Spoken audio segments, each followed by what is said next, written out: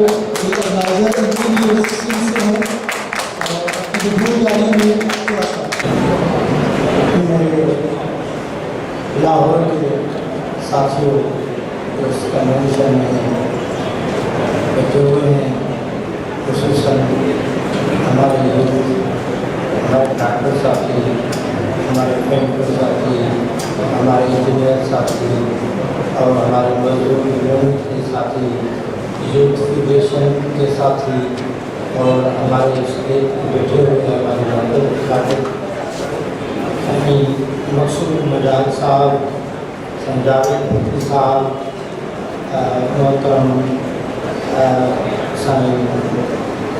آصف صاحب، ڈاکٹر شہناز صاحبہ اور میرے تمام ساتھیوں اور ہمارے حفاظت کا فرض نبھاتے ہوئے ہمارے جو پولیس والے وردی والے ساتھی بیٹھے ہیں، سب کو السلام علیکم اور برابر کا سلام۔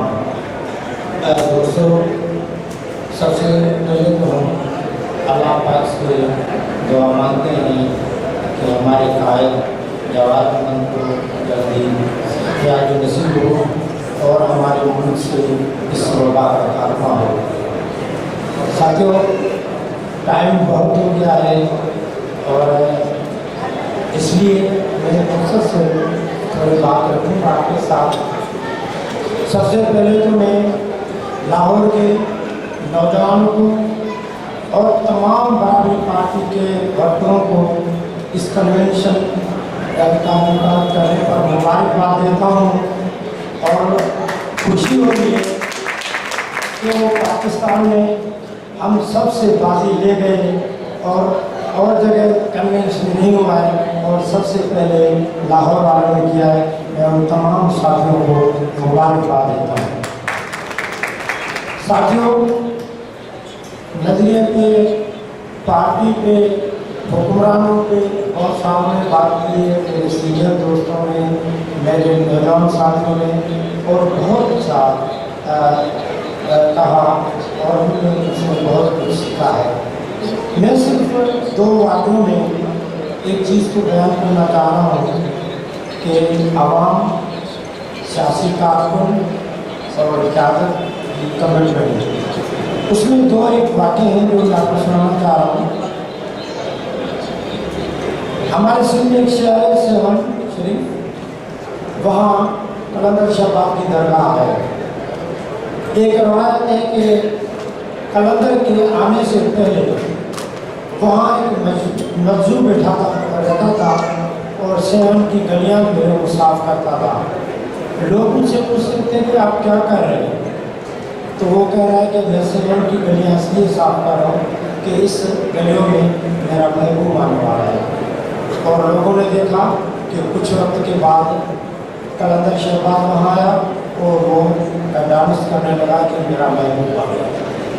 ایک یہ روایت کہ ہم جو پولیٹیکل ورکر ہیں، جو برابری کی بات کرتے ہیں، جو انقلاب کی بات کرتے ہیں، جو پاکستان میں خوشحالی کی بات کرتے ہیں، جو مزدور اور بھائیوں کی بات کرتے ہیں، ہم بنیادی طور پر پیشرو ہیں اس انقلاب کے، اور ہم جیسے وہ صفائی کر رہا تھا وہ مجذوب قلندر کے لیے ہم جدوجہد کر رہے ہیں انقلاب کے لیے، اور جس کی پہل آپ لاہور شہر والوں نے کی ہے، میں اس پر بھی آپ کو مبارکباد دیتا ہوں۔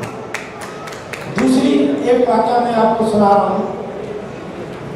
جنوب پنجاب میں ایک شہر ہے مٹھن کوٹ، وہاں گلی میں وہاں بھی ایک مجذوب جو ہے ایک دیوانہ بیٹھا رہتا تھا اور آنے والوں سے ایک سوال پوچھتا تھا کہ عید کب آ؟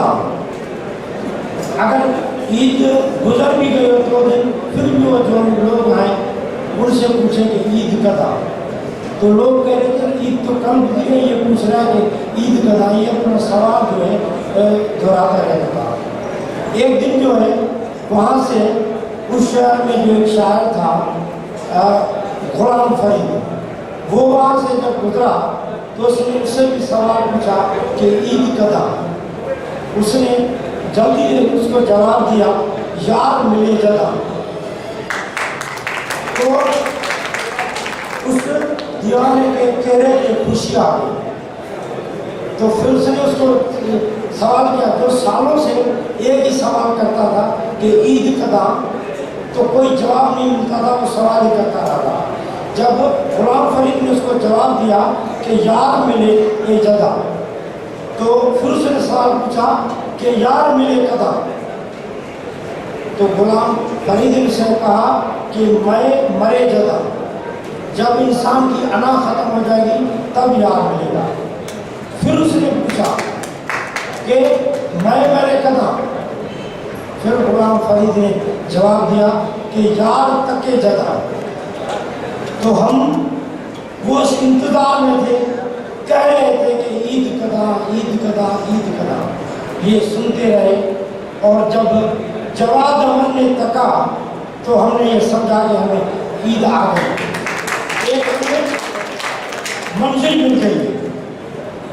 دوستوں نے ایک ساتھ باتیں کہی ہیں کہ لوگ تحریک چلائیں، لوگ منظم ہوں، لیکن ہم جب پاکستان کی تاریخ پڑھیں گے کہ پاکستان کے لوگوں نے 7 دہائیوں میں وہ کون سی دہائی گزری ہے کہ لوگوں نے قربانیاں نہیں دی ہیں، لوگ سڑکوں پہ نہیں نکلے ہیں، لوگوں نے جیل نہیں کاٹے ہیں. لوگوں کے ساتھ ایکچولی ہوا کیا ہے، لوگوں کے ساتھ دھوکہ ہوا ہے، اور اس قیادت نے کیا ہے، ملک کی جو قیادت ابھرتی آئی ہے، لوگوں نے، عوام نے اعتماد کیا ہے اور قیادت نے دھوکہ کیا ہے. لیکن اب ہم سمجھ رہے ہیں کہ ہمیں وہ قیادت ملی ہے جس کے لیے وہ دیوانہ کہہ رہا تھا کہ یار ملے جدا. ہمیں وہ قیادت، وہ یار، وہ انقلابی رہنما وہ مل چکا ہے، اور ہم اب اس انقلابی رشتے میں اسی راہ پہ چل کر انقلاب ضرور لائیں گے.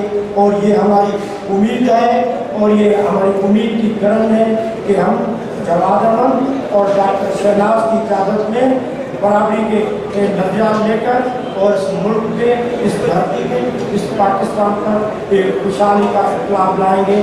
ایک ایسا آزاد معاشرہ ہوگا جہاں ہماری بہنوں کی عزتیں محفوظ ہوں گی، جہاں ہمارے کسان خوشحال ہوں گے، جہاں مزدوروں کا استحصال نہیں کیا جائے گا، جہاں ڈاکٹروں کا استحصال نہیں کیا جائے گا، جہاں ہمارے نوجوان خودکشی نہیں کریں گے، جہاں کوئی بے روزگار نہیں ہوگا. ایسا خواب ہمارا پورا ہوگا انشاءاللہ. تو ساتھیوں، زیادہ ہو گیا ہے، میں ایک بار پھر لاہور کے دوستوں کے جوش اور جذبے، خصوصاً یوتھ کے دیکھ کر ہمارا ایمان تازہ ہو گیا ہے، ہمارے جذبے تازے ہو گئے ہیں. میں فیض احمد کے اس شعر سے اپنے تقریر کا کام کروں گا. ہر ایک الگ عمر کو صدا دو کہ اپنا فرد عمل سنبھالے. ہر ایک الگ عمر کو صدا دو کہ اپنا فرد عمل سنبھالے. اٹھے گا جب جن میں سر فروشاں، پڑیں گے دار و رسن کے لالے. کوئی نہ ہوگا جو بچا لے، سزا جزا سب یہیں پہ ہوگی. یہیں سے اٹھے گا شور محشر، یہیں پہ روز حساب ہوگا والے میں.